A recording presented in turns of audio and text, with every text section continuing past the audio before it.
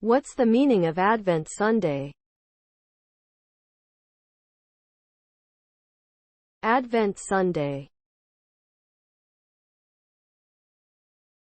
Advent Sunday. Advent Sunday. Advent Sunday. Advent Sunday. Advent Sunday is observed in many Christian churches as the start of the liturgical year and the beginning of the Advent season.